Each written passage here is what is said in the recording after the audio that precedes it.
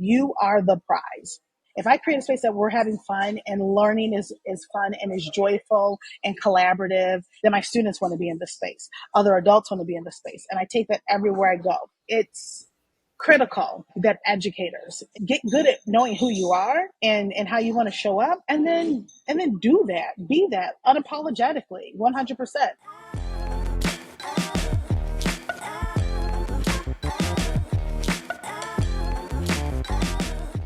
Aloha and welcome to the Unrulr podcast, where we talk about educators who are embarking on the challenge of making learning more student-centered and more joyful.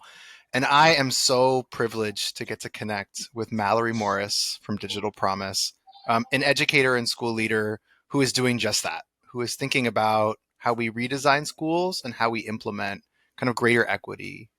So thank you so much for being here, Mallory. Oh, thanks for having me. You make me sound better than I am. I don't think that's possible. So Mallory, we met at South by Southwest EDU. We were sitting at like this breakfast club of a table at Sam You came late to Seidel's. the table. I did. I totally did. It was Thanks for letting me amazing sit before with you. You got there. You're welcome. Tell me about first tell me about that experience of like finding an authentic group of friends within a couple seconds at a great Sam Seidel workshop. So and my friends know this about me. That is what I strive for. I always want to be in spaces with people where we're vibing and we're connecting. And so I am deliberate about making it happen. So before you got there, what you missed was me Svengali the space and meeting people as they were coming and kind of hitting, you hit it off with one person and then well, we have to invite more people into the fold. Who are you? Come sit with us. We have another seat. And so it's important to me to be intentional about the spaces I'm in and how I'm in those spaces and how people are together in those spaces. So yeah, that was all about I want to enjoy this time together. And so let's attract the people who are also down for enjoying this time together. And I think once you give people a space and opportunity to show up, when you create a little bit of cover and buffer, then people go, oh, I like this. I can be me. I can offer up something here. And so that's what I try and do. And people showed up and they showed out and we had a fantastic table. And I know everybody else was jealous of us. It might have been the greatest table in the history of conferences. I mean, you were setting the culture, right? And I think that's totally transferable to school leadership and also to a classroom. Like the best teachers that I've worked with are culture setters and culture creators. Just like someone on a sports team or in a social movement, like you're setting the culture. Can you talk about like how that is transferable in your success in schools and at Digital Promise? Yeah. So that is critical. So as a teacher, as I matriculated from being in the classroom to being an AP and doing the kind of bigger school systems thing, one of the things that would frustrate me in that process was that folks would often recommend me for dean positions. They're like, well, you're so good with kids. You're so good with the relationship. You're so good with all of that. And I'm like, yes, I am. But I want to be able to move in ways. I want to be able to dig into, instruction and teacher development. However, how I do that is through relationship, right? I'm like, I don't want my job to be relationship. I just want to model for everyone what good relationship looks like, what it looks like to show up in spaces fully and authentically. And like I said before, create space and opportunity for other people to show up. So a thing that I learned my first year teaching, we had this consultant who was coming in and I was very fortunate to be on his radar. But he'd come in and he'd observe, your instruction, and he'd leave you a little note to give you feedback about classroom management. And one of the things that he said to me over and over again was, you are the prize. You need to create a space where this is the only place that they want to be, and to not be in the space and not be invited in the space would be the worst thing that could happen to a kid. And as you can already tell, to a person like me, my ego being what it is, I'm like, you're right. Exactly. I am the prize. I'm the most exciting thing to happen to these children all day. And that's the narrative I would tell myself. And then I designed with that in mind, right? I designed a classroom space where I want it to be. I'm like, I'm having fun. If I create a space that we're having fun and learning is fun and is joyful and collaborative, and I get to like be with people in a real and enjoyable way, then my students want to be in this space. Other adults want to be in this space. And I take that everywhere I go.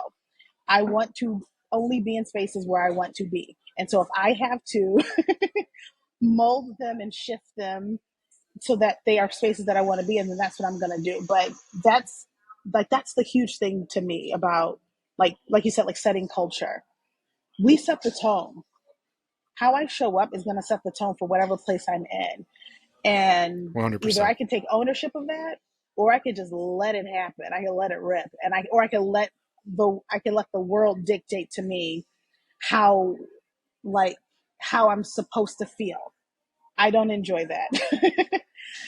So I think it's critical, like that educators in general learn like who you are and how you want to be, and then figure out like how to like codify what that is, and then do that. You don't have to be me. You don't have to be an extrovert. You don't have to be loud. You don't have to be extra. You don't have to be singing and dancing in the hallways. You don't have to do all that, right? I know a teacher who you walk into her classroom and immediately you felt peace. The lights were off. She had twinkle lights. She had candles burning. She put curtains over her windows. It was dark. This was a math classroom, 8th grade math. These kids are getting ready to like go into high school, and it was the most zen place I had ever been in my life. This was not the tension you would feel in a math class. She took who she was and what mattered to her. She codified it, and she's like, this is the space that's going to be in. You come in my room, you saw animal print and a futon and all kinds of stuff, but like, I think get good at knowing who you are and how you want to show up, and then do that, be that unapologetically, 100%. I'm gonna sip my I mean, tea while you keep going. you're modeling authenticity for learners, right? You're Right. modeling them showing up and displaying who they are and their backgrounds. What's your philosophy of education? So it's just that, right? You've already kind of said a few things around it. It's joy in learning. I inherently believe that learning is a joyful process. Being curious is fun. I think we beat that out of education, unfortunately. But I think that this is fun. I think it. I also believe that like we should get to show up as we are fully, authentically. Um, I believe that it should be student centered, which is language that we throw around all the time. But I can expand that and just say like it should be learner centered. It should not be about me, right? It should not be about any of us. It should not be about adults. It should be about whoever is in the space where they are wanting to learn something and they're wanting to grow. They should be driving the agenda. Um, yeah, like and then like encapsulating all of that is like great pedagogy, right? Like be good at what you do, know your craft, don't harm children with like poor like practices and systems that cause harm, right? But at the heart of all of that is like, are we prioritizing joy? Are we giving space and opportunity for everybody to show up as they are? And are we allowing those learners' curiosity to set the agenda and to lead the way? Like, there's nothing more interesting than being in a space with students who are like hype about what's happening and they just want to keep going and going and going. And you're like, we don't have time for this anymore. We got to move on. You got to go to somebody else's class, right? Or even in the space where I've had this with adults. in PD sessions where they leave it and they're like, I just want to like stay in this and I want to know more. Let's talk about this more.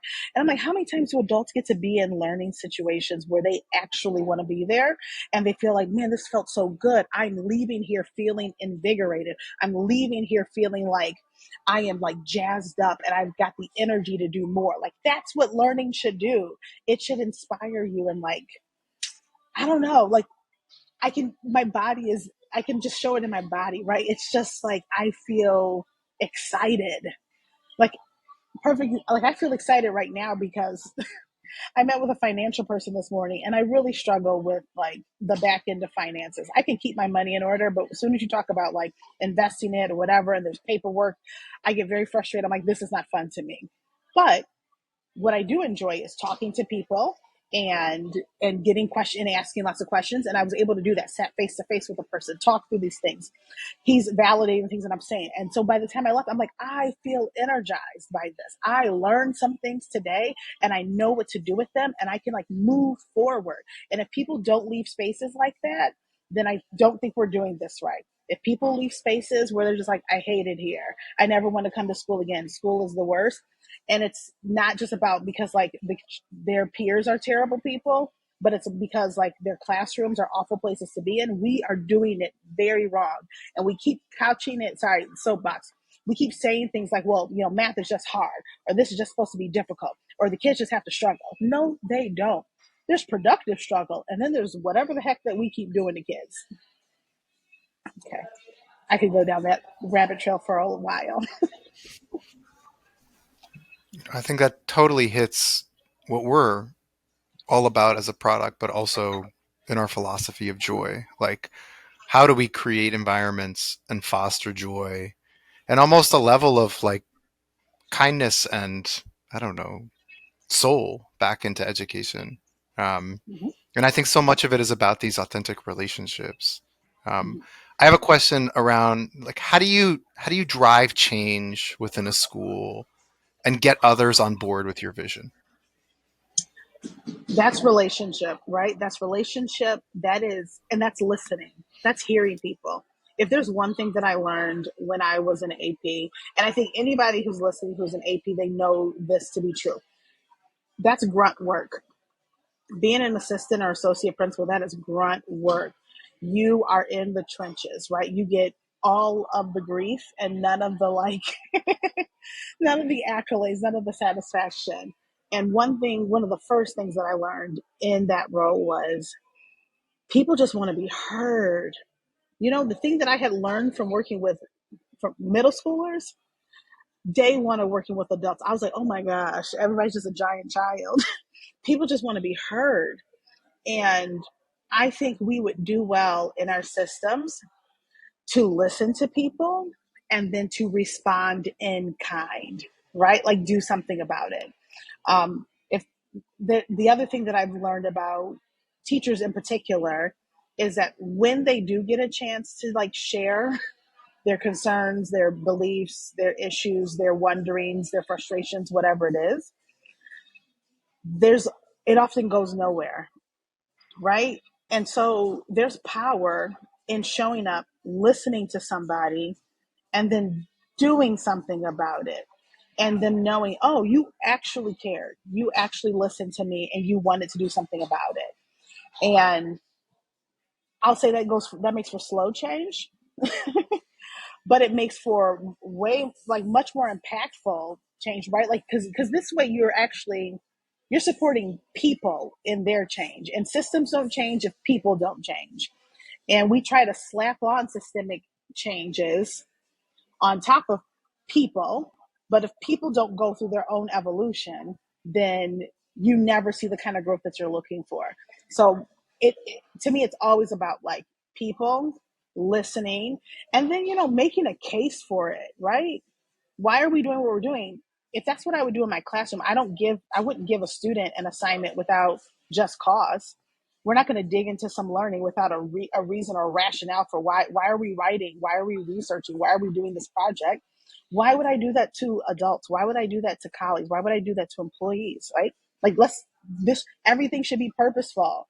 And sometimes And sometimes the purpose is so small, right? Sometimes you just got to tell the kid, listen, I'm giving you this worksheet because I need you to just practice this about 15 more times. That's all that this is. And I'm not going to grade it. I just need you to practice.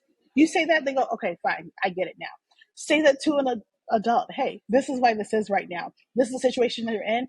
The state will not give us money for these children if we do not submit attendance to them. So I need everybody to get that attendance in by 10 a.m. Thank you. Just make it plain. But we don't trust people with information. We don't trust people with the truth. We try to like sugarcoat things and I don't know, package them in fun and different ways. But like real life and authentic experiences can be just as interesting and compelling if we're willing to trust people with it and not shy away from like what's really going on. That took a downward turn. But No, it's true. I mean, it's capacity building and trust at the center of these relationships, and trusting people yeah. that when you give them the reason why we're doing these things, they'll hopefully have a better understanding of it. On a previous call Right. with you, you said, "I want kids to be seen and heard." So many times we muck it up with our adult energy. Tell me more about that. Yes. How do we a not get in the way, and how do we not muck it up with our Man, adult energy? man. Ego. And I joke a lot about having a big ego, right? But you know, Beyonce wrote a song about it, so that's fair. Um, man, ego, our own sense of like worth and our own need for like validation and affirmation that we matter and that we're worth something. Like if we don't address that and deal with that, we bleed all over all kinds of people. And that's not just with kids, like that's just life, right? We bleed all over people. Um, so I think folks who work with kids have a much bigger like task ahead of them because it's not just about pedagogy. It's not just about like I have to do my content. I got to teach. I got to show up. I got to grade, whatever.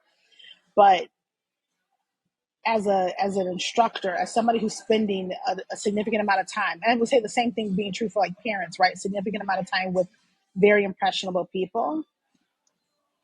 If you don't get your ish together, you will see it show up in them, right? I think people who don't work with kids face to face, they have a longer trajectory, right? They have a longer like bit of time to like figure out, oh, maybe I need therapy, maybe I need to figure some things out about myself. If you're working with kids, the timeline is very short. Um, and so yeah, so like we muck it up because right, we're carrying ego, we're carrying unhealed hurts and traumas and just like unknown stuff, right? Just unknown like values and beliefs that are not surface but have been ingrained in us since we were children and we carry them with us. So like number one is know yourself. Know yourself. You have to know yourself, which I feel like is a message I keep trying to preach to people. We need to give people time to get to know themselves. I think in schools we would do better, really in education in general, we would do better if we took the time, if we gave people the time to do the introspective work, right? Because it starts internally before you can do any external sort of change. So, like, know yourself. That gets out of the way. And then prioritize and give space for student voice. Are you listening to students? Are you giving them space to talk? And then if they are talking, are you doing anything with that, right? Do they have any sense of agency or ownership? Um, I think when people are get to the place where they start realizing, oh, this isn't actually about me. Wow. Whew. I'm not teaching because I need to feel validated. And listen, I had to go through that journey myself. When people finally get to that point, then you can listen to your kids and go, well, what are you looking for? Why are you here? What do you want? You want to learn all these SAT words? I had a student like that once upon a time. I'm like, great, we can go down that path if you don't want to learn anything. You just don't want to be at home. Fantastic. We can work at that too. You're hungry. You just want to eat me out of house and home. You just want to take all my granola bars. Okay, understood. Right now I can start like responding to that and then finding a pathway from that to like the knowledge that I need you to gain. But we gotta know ourselves. We gotta get out of our own way. We gotta give space for kids to show up and to speak, and we gotta listen to them and be responsive. It, amen to everything you just said. I mean, That's at the centerpiece of what we're trying to do in technology, but also in the pedagogy we work with schools on. And you can't, I've often called it like summer camping it. Like in the beginning of any project or experience, learners have to feel like they're understanding who they are and a sense of belonging in the communities that they're a part of. So just uh, you totally affirmed my own kind of belief in that space. At Digital Promise and kind of in your work in thought leadership, where are we headed in education? What trends are you seeing or you would like to see within schools? Man, that's a big old question, and I hope I don't embarrass my employer by not with my response. Because man, I work with some smart people. So let me be very clear. I work for them, but I cannot profess to represent them. I work with some very intelligent people who've got like, I mean, you're pretty intelligent yourself. oh, thank you. But they know a lot of things about things that I'm like, oh, I wasn't even thinking about that. Um, so I won't even dare to like step toes into some other people's work because there's some really great researchers and thought leaders are in the world of like digital equity out there. I will more generically just name like we cannot deny this AI movement that's happening right now, right? And everything that means for like technology and how we like interact digitally in the world, like that's a big conversation, and I will not go down that path. I don't know all the buzzwords with that. From just a like pedagogy point of view and like teaching as a craft, one thing that I think I have held on to for many years and is going to like this shift is going to have to accelerate now is teachers decentralizing themselves as like sages um and as like leaders or as like teachers, right? But like removing yourself from the center of the framework and stepping to the outside, right? And shifting to that space of like facilitator or coach and allowing students to be in the center, right? The kids that are that exist in the world right now are beyond us, and they will remain beyond us when it comes to technology, right? This is a native language for them. As new things come, they are going to get it faster than we ever will. And let me be honest, I'm tired. I'm not trying to get everything. I don't need to get everything. I'm gonna let you figure it out. But if we don't give them the space to play and to use these tools to their advantage, we're just hindering them, right? Because of our own insecurity around it, right? Because of our own kind of archaic beliefs around what we think school is supposed to be, what we think learning is supposed to be. I've been saying this for years. If Google can do it, why are we asking kids to like know it? Why? Why? Why? We're wasting time. We're wasting time. The world is moving at a breakneck speed and we're getting frustrated because like kids can't listen, and by kids I mean myself, they don't remember all of the significant like dates in the like American Revolution. I don't know any of them, not a single one. I know that Crispus Attucks was the first black man to die. That's what I remembered in all these years of American history, right? I can Google everything else. We waste time, right?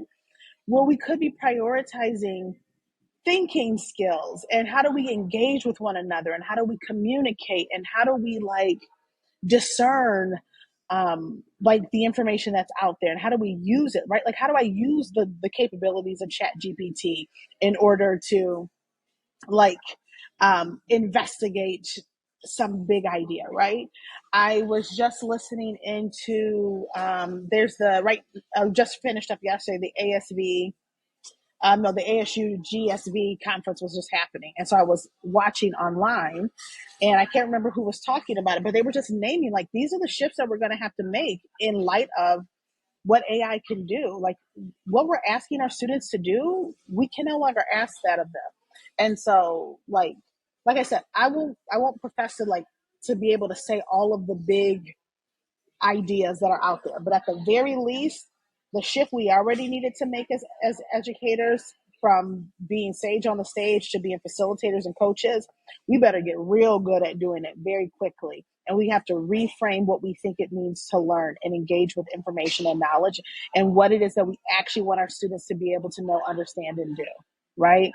Because we're still stuck in the trenches of reading, writing, and arithmetic, and the internet can do that for them. We gotta shift, right? We gotta prepare them for a world that we don't yet understand or know. And we won't figure that out unless we bring them into that conversation. They have a much better idea of what's coming down the line than we do.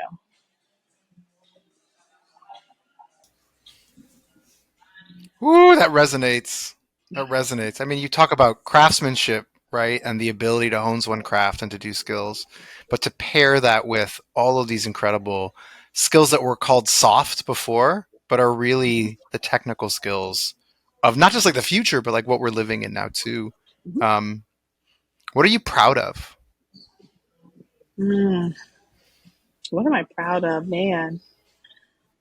So many things. On a personal side, I am proud that going back to the notion of like authenticity and like showing up as you are, I'm proud that any space that I've stepped into or any space that I have been in, if you were to ask somebody about me, the way they would describe me is exactly the way that somebody else would describe me that saw me in another space, in another space, in another space. I have been this person, and the the passions and the joys and the foci of my life have been consistent, and my students knew it, the teachers knew it, my friends know it, my family knows it, and I'm proud that that the narrative has been consistent. um More like professionally, I'm proud that however small a scale it has been, that I have tried my darndest to show up for people, because I think that at the end of the day, that's what people want and need, right? Like, you kind of already touched on this just a little bit. The world that we're coming into, it's the soft skills, it's the interpersonal relationships that are becoming paramount, right? Because everything else we're fighting to solve for almost everything else, and what is being left behind is like people just don't know how to be around one another. I had a situation. Oh gosh, look, I don't know this young lady. I was recently at my alma mater. I was working on campus in this big beautiful like atrium space, lots of tables, lots of students there working, big round tables. And I noticed some students were sitting off to the side on like these benches. I'm working at a table, and then I'm like, oh, I got to go meet up with my friend who works in this building. So I close my stuff, I leave, and I see this girl off to the side, like, notice that I'm leaving, grab all her stuff to come and like come to this table and get this table because I'm leaving. And I'm thinking, this is a big round table. There are like 8 seats at this table. You could have just sat here. You could have sat at any one of these. But it was very clear that she did not feel comfortable just inserting herself into public space and sitting near another human being that she did not know. And I thought, that's the world that we are in, right? We can we can engineer things out of thin air. We can make all these sort of things happen, but we can't comfortably sit near a stranger. And so, like, I'm proud that I have that I have modeled and lived a life of community. And I have tried to show this to my students and show this to everybody I've worked with. And I've tried to kind of compel and implore them to take up those mantles as well, and to show up in their spaces in that way, as you know. Um, and then, of course, I'm glad that I taught some kids how to write, and that they're out there in the world being very opinionated, because I'm here for that. And the teachers that I have worked with who are thriving and are just doing great, and then I'm proud, that I finally finished my dissertation. Congratulations on all of it. I mean, like Thank these you. words like culture setter, agent of change, like get overused, but you're 100% that. And I think Oh, like it's thank you. I think the word innovation and disruption get overused way too much in education. Like to me what you talked about was bringing education back to what it always was. Authentic relationships between mentors and mentees, and a space where you could share out what you're interested in, what you're passionate about. So like I think for all of us at Unrulr, like mahalo for bringing that back to your schools and the places that you are. And thanks for your time. Before we close out, is there one call to action that you have for school leaders and for teachers? Oh man, part of me feels like I that I should ground it in my research because to make that a little bit more worth it. Um, okay, yeah, I will watch what you say, right? Watch the words that come out of your mouth. Um, be intentional about speaking. Be intentional about how you talk about your teachers. Be intentional about how you talk about your students. Be intentional about how you talk about the work, because all of that sets a tone. Um, all of that sets, all of that, like, permeates the climate. Um, I think we're too cavalier and too casual with our talk sometimes. Um, and I think we need to learn how to, like, keep. I don't want to make this spiritual or overly spiritual, but like whatever Make it is spiritual. good. Well, then let me be accurate then. Um, let me say whatever is true, whatever is noble, whatever is right, whatever is pure, whatever is lovely, whatever is admirable. Anything that is excellent or praiseworthy, think about such things. Let's put that forward, right? Let's create spaces where we are being intentional. I'm not saying like, toxic positivity. I'm saying like, let's not let's not malign our kids. Let's not talk about how everybody out of this neighborhood is such a mess. Let's not talk about how, man, the entire seventh grade teaching team is just, they're so negative. Well, you're being negative right now by calling them negative, right? Like let's be these change makers. Let's actually, like, if we want something different, if we're frustrated with how people are showing up, then like let's give them something else, to some other way to show up, right? We gotta be with people. We keep assuming that just because people are grown, they know everything. They don't. We still have to model behaviors for each other. We still have to cultivate spaces where people can practice and grow in certain behaviors. And so I would just name like that for our leaders and our teachers. Be intentional about your space. Be intentional about what you are inviting your teachers and your students and your families into. That starts with your words, but that includes your practices. Name it. Like, back to what I said at the top, right? Know what it is you're trying to create, codify that, and then do that, and be very intentional about teaching that. And don't assume that people are just supposed to know because they're grown, or just supposed to know because they're in eighth grade now, or just supposed to know because you said it to them once. That's not real life. That's not how we learn as humans. Yeah, that's the call to action, right? Take better care of people, and do that by taking better care of your space. Be the light, because light Be attracts the light. light. Yeah. And if you don't Thank feel you. any light, then go talk to a therapist. And That's get the that real light talk. back in your life. Yes. Um, Thank you so much. How do the listeners of this get in touch with you? How do they get to learn more about your work? Oh gosh. I mean, I'm always, hit me up. I will talk to anybody and everybody everywhere. Listen, I'm the person who talks to strangers. Um, you can feel free to email me, MalloryArnell@gmail.com. I will absolutely respond. You can hit me up. I'm not big on Twitter, and honestly, Twitter appears to be a dumpster fire these days. So I'm not going to get better at it anytime soon. So feel free to, find me on LinkedIn, uh, Mallory Morris, or hit me on Instagram. That's probably the quickest way if you don't have my number. I'm always on Instagram. Yeah. Oh, I was gonna say it's Yes Ma'am 23, but it's not anymore. It's Dr. Mal 2023. So you can hit me up on Instagram. Congratulations. Thank you. Yeah, Mallory Arnell at gmail.com. Shoot me a message. We'll connect for sure. Thank you so much for your time. If you're interested in this wonderful podcast and also the work we're embarking on at Unrulr, check us out at unrulr.com.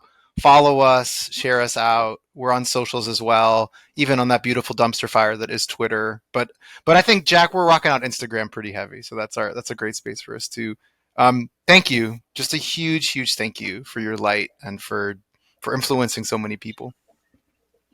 Oh, thank you for the space, and thank you for, I don't know, yeah, I really enjoyed this moment. And like I said, anything that leaves you feeling more energized and excited to do what you do is a good thing. And so I'm leaving this space feeling energized and excited to keep doing what I'm doing. No matter how big or small it is, it's all Same, valuable. same.